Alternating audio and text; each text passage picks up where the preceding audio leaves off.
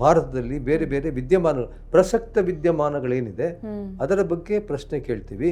ಆ ಪ್ರಸಕ್ತ ವಿದ್ಯಮಾನಗಳ ಬಗ್ಗೆ ನೀವು ಹೆಚ್ಚಿಗೆ ತಿಳ್ಕೊಂಡಿರಬೇಕು.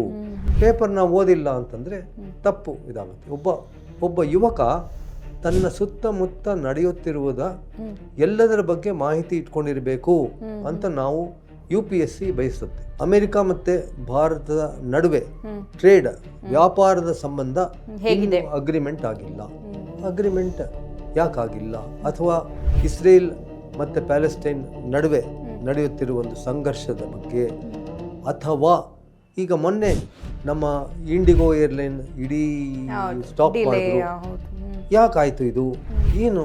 ಅದರ ಬಗ್ಗೆ ಎಲ್ಲ ಒಬ್ಬ ಯುವಕ ಅಥವಾ ಯುವತಿ ಈ ಬಗ್ಗೆ ಹೆಚ್ಚಿನ ಜ್ಞಾನ ಇಟ್ಕೊಂಡಿರ್ಬೇಕು. ಅವನಿಗೆ ಅಥವಾ ಅವಳಿಗೆ ಅದು ಗೊತ್ತಿರಬೇಕು. ಅದು ಗೊತ್ತಿಲ್ಲದೆ ಹೋದರೆ ಭಾಳ ಕಷ್ಟ.